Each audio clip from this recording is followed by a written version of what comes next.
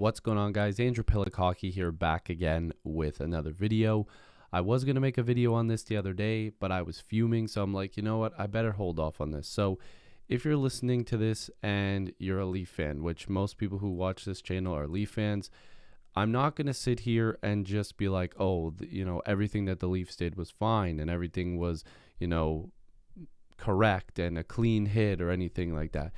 I just want to take you through my opinions and my thoughts as to what happened between the Winnipeg Jets and the Toronto Maple Leafs, because immediately, first of all, I need to address the fact that the refs are more to blame here than pretty much anybody in the situations besides, Neil Pionk, who started everything. So before I get any further, if you are new here, make sure to like this video and subscribe. Check out my other content. I tend to rant quite a bit, but this one is a little bit more of like my more relaxed opinion. I wanted to cool off a little bit and look at the whole situation. And of course, more has been added, more fuel to the fire, because there's something else happened with Winnipeg. Another knee-on-knee happened, but it wasn't them who threw the knee out this time. So let's just talk about how this all started.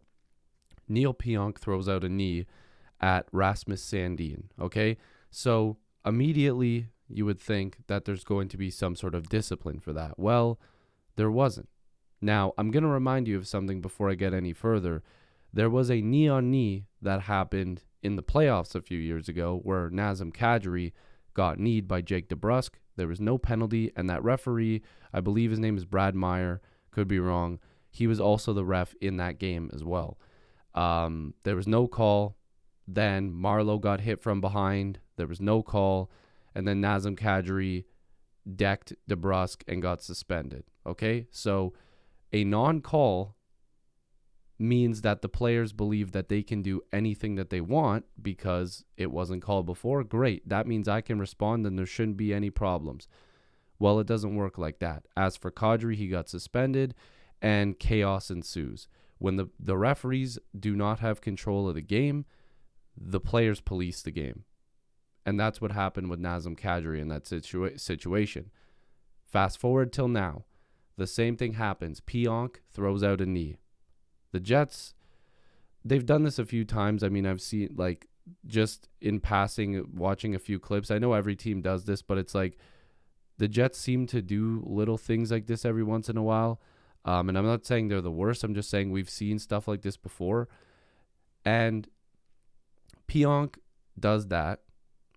No call. I'm sure everybody's pissed off at this point, and especially Jason Spezza, who then goes in and throws a not clean hit on him, and chaos ensues. Well, Jason Spezza was suspended 6 games. Pionk was suspended 2. Now, I believe the suspension cost him around $58,000 in salary. I could be wrong, but Spezza suspended 6 games. Pionk gets suspended 2. That Spezza hit doesn't happen if the Pionk hit got, the Maple Leafs a power play.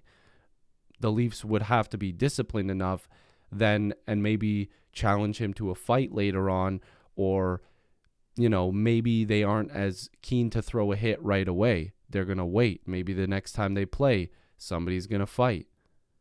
That's usually what happens if the referees can control the game, because the Leafs would look really stupid if they went out and hit him like that after being told, hey, listen, we got this.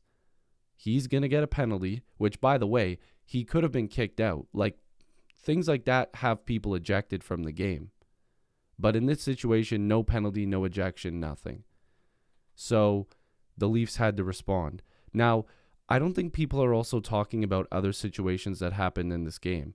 And we'll get back to the whole, don't worry, we'll get to everything that's happened with the fines and the suspensions and stuff. But I want to mention, not enough people are focusing on the fact that Pierre-Luc Dubois, was trying to shove Auston Matthews' face into the ice on multiple occasions within 5 or 10 seconds. He was getting forcefully just shoved. Matthews was trying to leave, and he's continually trying to shove this man's head into the ice.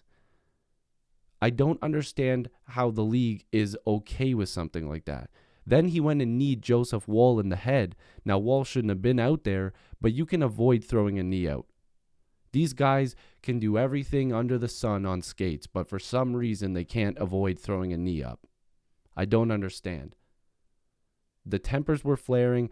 All this stuff wouldn't have happened if that call would have been made. The first knee on Sandin by Pionk that should have been called. It would have negated any of this crap. Maybe the Nick Ritchie situation happens where he throws a quick shot at him.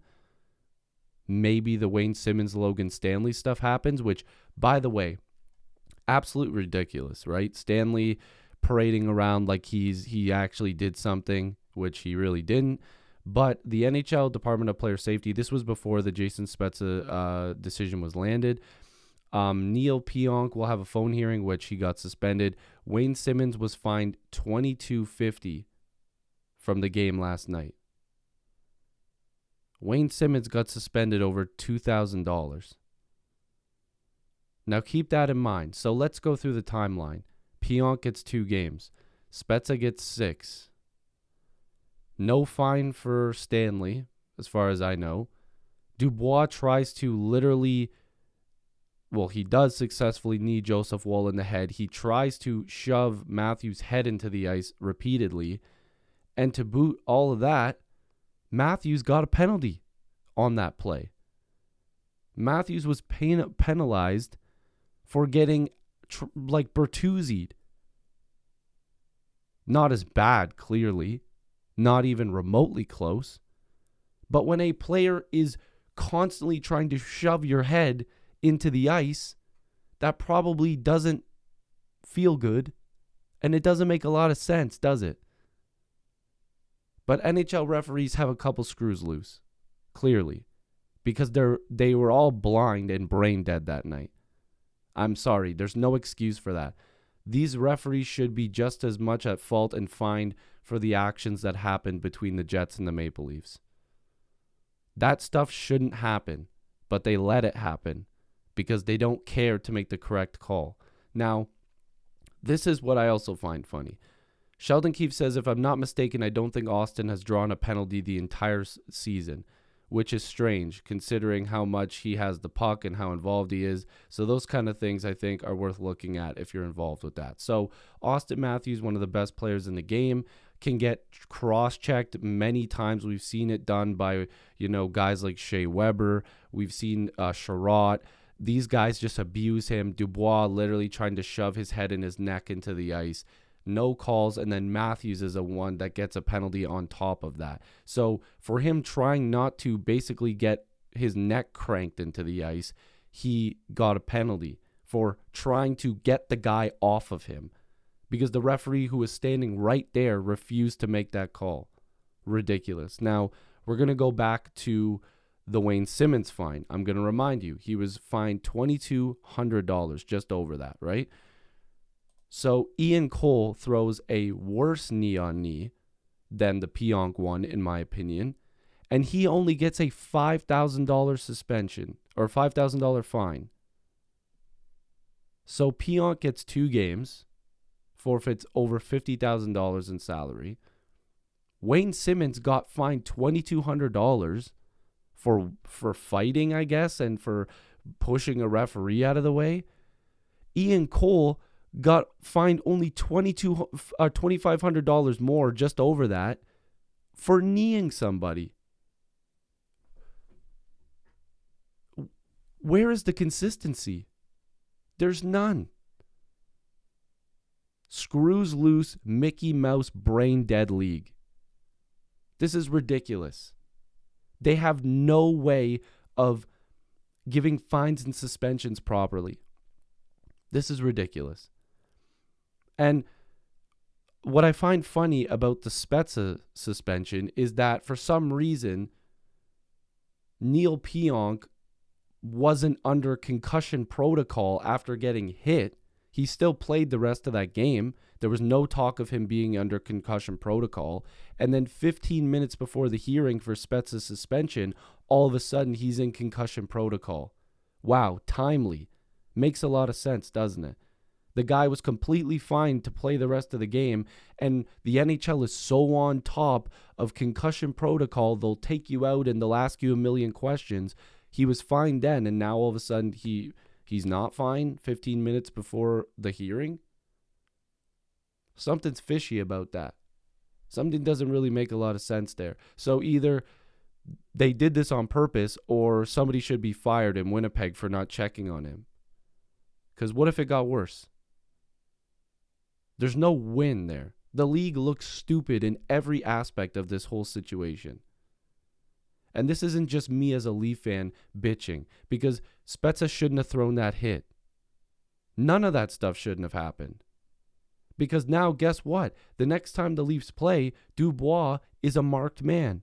And it wouldn't have had to have happened if there was a call initially. Spezza might have to fight somebody in March. And it's all because the referees, screws loose, brain dead, Mickey Mouse officiating for a Mickey Mouse league. It's ridiculous. This was my cooled down version. Just imagine what it would have been the other night. So let me know what you guys think. I think it's just, these referees are so bad. It's getting terrible at this point. It's getting so bad. I don't know what else to say. I'm just pissed off. If you're new here, make sure to subscribe. More content coming. Hopefully a lot of rumor stuff coming up. You guys know I love that stuff. But hopefully I'll see you in the next video. Or rant, I guess. Peace.